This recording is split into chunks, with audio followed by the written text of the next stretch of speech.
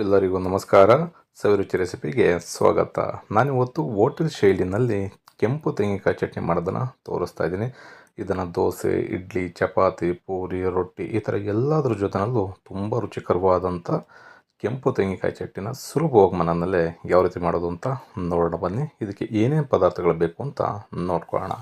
ನಾನಿಲ್ಲಿ ಚಟ್ನಿಗೆ ಬೇಕಾಗಿರ್ತಕ್ಕಂಥ ಪದಾರ್ಥಗಳನ್ನ ಹುರಿದು ಚಟ್ನಿನ ಮಾಡ್ಕೊಳ್ತಾ ಇದ್ದೀನಿ. ಈ ರೀತಿ ಮಾಡೋದ್ರಿಂದ ನಿಮಗೆ ಚಟ್ನಿನೂ ಕೂಡ ಬೇಗ ಹಾಳಾಗಲ್ಲ, ತುಂಬ ಹೊತ್ತು ಚಟ್ನಿನೂ ಕೂಡ ಫ್ರೆಶ್ ಆಗಿರುತ್ತೆ.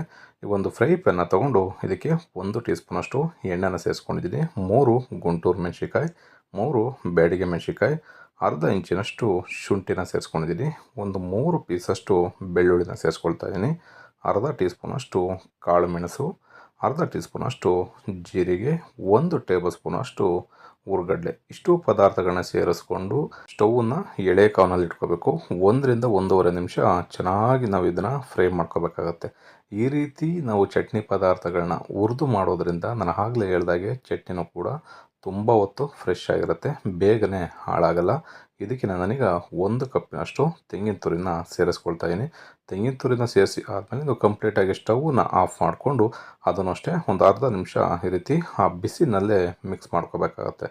ಈ ರೀತಿ ಮಿಕ್ಸ್ ಮಾಡ್ಕೊಂಡಾದ ನಂತರ ಇದನ್ನು ಒಂದು 10 ನಿಮಿಷ ತಣ್ಣಗಾಗಲಿಕ್ಕೆ ಬಿಟ್ಬಿಡಿ.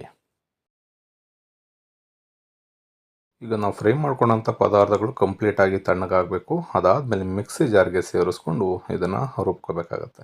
ಈಗ ನಾನು ಮಿಕ್ಸಿ ಜಾರ್ಗೆ ಎಲ್ಲ ಪದಾರ್ಥಗಳನ್ನು ಕೂಡ ಸೇರಿಸ್ಕೊಂಡಿದ್ದೀನಿ.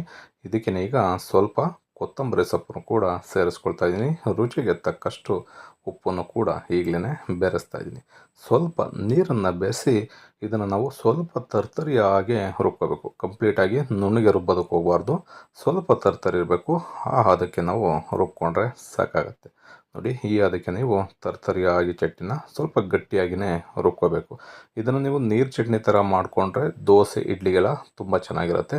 ನೀವು ಚಪಾತಿ, ಪೂರಿಗೆ ತಿನ್ನೋದಾದರೆ ಈ ರೀತಿ ಗಟ್ಟಿ ಚಟ್ನಿ ಇದ್ದರೆ ತುಂಬ ರುಚಿಯಾಗಿರುತ್ತೆ. ಈಗ ಒಂದು ಬೌಲ್ಗೆ ಇದನ್ನು ಸೇರಿಸ್ಕೊಳ್ತಾ ಇದ್ದೀನಿ. ಈ ರೀತಿ ಬೌಲ್ಗೆ ಸೇರಿಸಿ ಆದಮೇಲೆ ನಿಮಗೆ ಸ್ವಲ್ಪ ನೀರು ಚಟ್ನಿ ಥರ ಬೇಕು ಅಂತಂದರೆ ಆ ಜಾರ್ ಏನಿದೆ, ಆ ಜಾರ್ನಲ್ಲಿ ಸ್ವಲ್ಪ ಚಟ್ನಿ ಇರುತ್ತೆ, ಅದಕ್ಕೆ ನಾವು ಒಂದು 2 ಟೇಬಲ್ ಸ್ಪೂನಷ್ಟು ನೀರನ್ನು ಈ ರೀತಿ ಬೆರೆಸಿ ಈ ಚಟ್ನಿ ಜೊತೆಗೆ ಮಿಕ್ಸ್ ಮಾಡ್ಕೋಬೋದು. ಈ ರೀತಿ ಮಿಕ್ಸ್ ಮಾಡ್ಕೊಂಡಾದ ನಂತರ ಇದಕ್ಕೆ ಒಂದು ಸಿಂಪಲ್ಲಾಗಿ ಒಂದು ಒಗ್ಗರಣೆ ಮಾಡೋದನ್ನು ತೋರಿಸ್ತೀನಿ, ಬನ್ನಿ ನೋಡ್ಕೊಳ್ಳೋಣ. ನೋಡಿ ಎಷ್ಟು ಸಖತ್ತಾಗಿ ಚಟ್ನಿ ಇವಾಗ ರೆಡಿಯಾಗಿದೆ.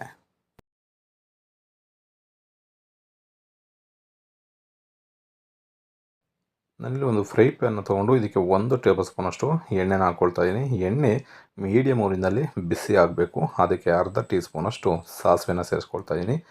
1 ಟೀ ಸ್ಪೂನಷ್ಟು ಉದ್ದಿನಬೇಳೆನ ಸೇರಿಸ್ಕೊಳ್ತಾ ಇದ್ದೀನಿ. ಸ್ವಲ್ಪ ಕರಿಬೇವಿನ ಸೊಪ್ಪು, ಬೇಕಿದ್ದರೆ ನೀವು 1-2 ಒಣಮೆಣಸಿಕಾಯನ್ನು ಕೂಡ ಕಟ್ ಮಾಡಿ ಇದಕ್ಕೆ ಸೇರಿಸ್ಕೋಬೋದು. ಈ ರೀತಿ ಒಂದು ಅರ್ಧ ನಿಮಿಷ ನೀವು ಎಣ್ಣೆಯಲ್ಲಿ ಫ್ರೈ ಮಾಡಿಕೊಂಡ್ರೆ ಸಾಕಾಗತ್ತೆ. ಇದನ್ನು ಚಟ್ನಿ ಜೊತೆಗೆ ಬೆರೆಸ್ಕೊಳ್ಳೋಣ. ನೋಡಿದ್ರಲ್ಲ, ತುಂಬ ಸುಲಭವಾಗಿ ಚಟ್ನಿ ಮಾಡೋದನ್ನು ತೋರಿಸಿದ್ದೀನಿ.